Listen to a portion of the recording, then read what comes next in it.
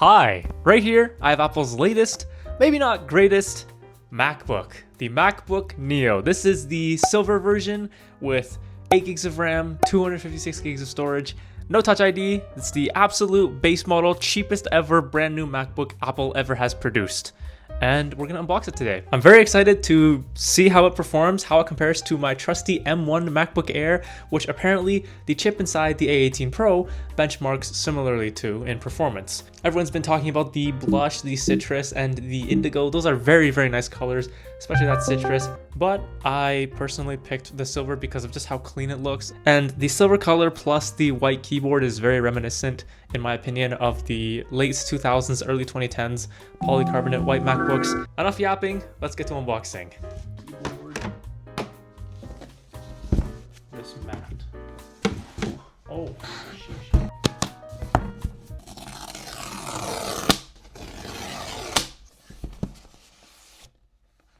Hello. It says hello on the little paper right here.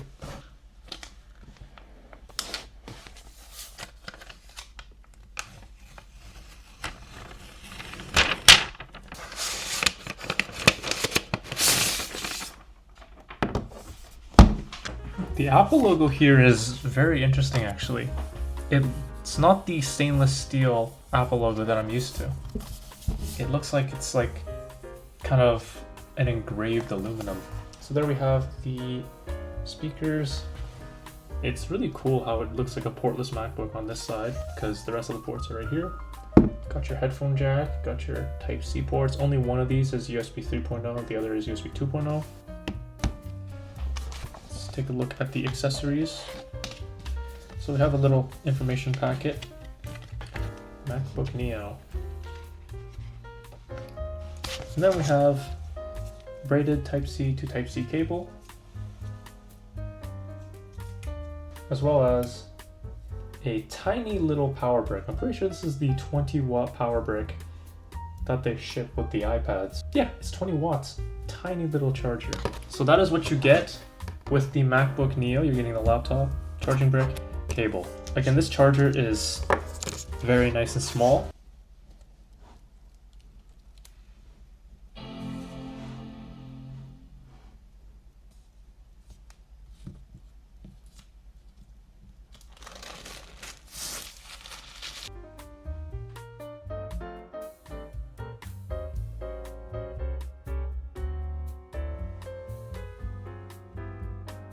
Oh, the trackpad.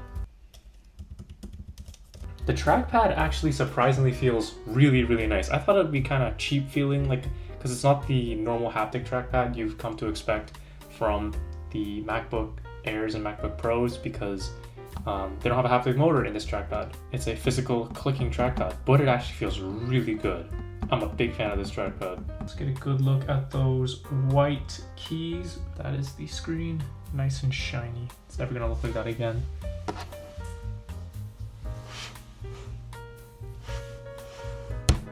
All right, I'm gonna go set this MacBook up, log in, download some apps and stuff, test it out, and then I'll be back to talk about the MacBook some more. See you in a bit. All right, first impressions time for this bad boy, MacBook Neo. I've been using it for a couple hours now. Overall, it's very nice. It does not feel like a cheap laptop at all. It feels just as nice as my MacBook Air M1. It's got this aluminum unibody build. The keyboard feels great. Other than the backlight, I'm pretty sure it's the same exact keyboard as you get on the other MacBooks. The trackpad is surprisingly good actually. I was skeptical of the trackpad not being a haptic trackpad like on the MacBook Air or the MacBook Pro, but it's very comfortable to use. It doesn't feel like a worse version of the trackpads we already have on the current MacBooks. It just feels a little different, but it's a good different. The screen is nice and modern. Specs wise, of course, it's not as good as the higher end MacBook models, but to my eyes, it's pretty much the same. It's still very, very sharp. The colors are nice and vibrant, and yeah, it's a very nice screen. It looks very modern with these rounded corners, especially compared to my MacBook Air M1. They're very nice, especially considering the price. But the big deal here is performance. Now, you're getting full macOS. This is not some watered down version of macOS, made specifically for the cheaper version of the MacBook. This is the full-on macOS experience you get on any other MacBook. And I have to say, it definitely runs very, very well. Some people were like, oh, it's running an iPhone chip, it's not gonna be that powerful. But back in 2020, before Apple released Apple Silicon, they tested macOS on a variant of the A12 chip, which was an iPhone chip. So it's not really an out of this world idea to put an iPhone chip in a MacBook. Either way, it's Apple Silicon, and Apple got it running on the A18 Pro on the same chip that you get in the iPhone 16 Pro. And it runs pretty good. I was able to edit the first half of the video that you're watching right now on this MacBook, no problem. I have it pulled up right here actually. Yeah, all that is partially edited, and after I film this segment, I'm going to finish editing this entire video and upload it so you guys can watch it as soon as possible. It can run Chrome tabs as well. It can run Google Chrome. I've been using Google Chrome. One of the first things I did when I opened Safari was install Google Chrome actually. I haven't tried it out with that many tabs yet, but so far it's been chilling. While I was setting it up, I kind of put the computer through its paces, right? It was downloading apps. It was downloading Cyberpunk in the background as well.